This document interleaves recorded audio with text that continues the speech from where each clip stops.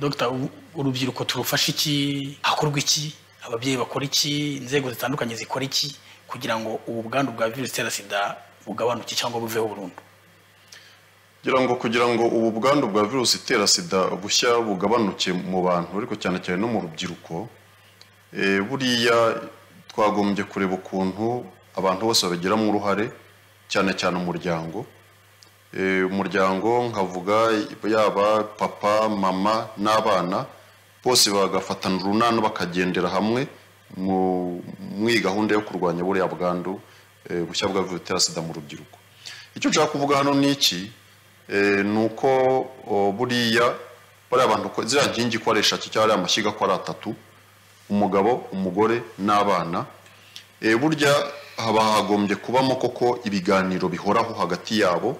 Ibyo biganiro bikaba bigamije kubaka urugo rwabo. Kubaka urugo rwabo rero kugira ngo rwubakwe neza ni uko bajya n'inama, buri wese akabona umwanya wo kuganira n'undi kandi bakaganira neza badahishanya, ufite ikibazo akagisha undi inama kandi n'undi nawe agafasha undi kugira ngo koko amuhe inama nziza. Ariko none icyo umuntu akeneye ugifite akakimuha.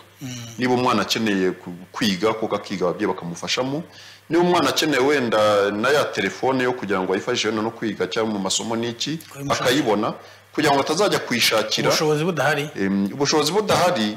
Nabwo mu kuganira burya kuva na kera buriya imiryango, buriya hari imiryango yabaga yifite ariko niyabaga wenda itifite, ariko muri ko hakunda umubyeyi yabaga ari kumwe n'umwana we, uko baganira buri munsi n'umwana we akabona uko bahagaze nawe akiyakira.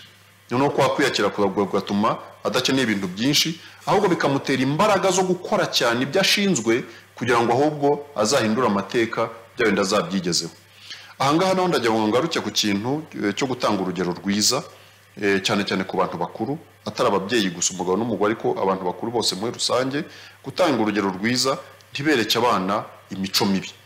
Kuba hari ikintu kibabaje cy'uko usanga abantu bakuru bari gutoza abana imico mibi, ugasanga n'abantu bakuru bari gukora imibonano mpuzabitsina, bari gusambana ku mugaragaro cyangwa bakabyerekana banavuga ko babikora, cyangwa ugasanga ndetse bari kubikora n'abana batoya, bari kubereka amashusho y'urukozasoni. Ugasanga umuntu ni umugabo, ni umugore, afite umugabo cyangwa afite umugore, ariko nawe ari kubyara hanze. Muri make ugasanga abantu bakuru bari gutoza abana imico mibi.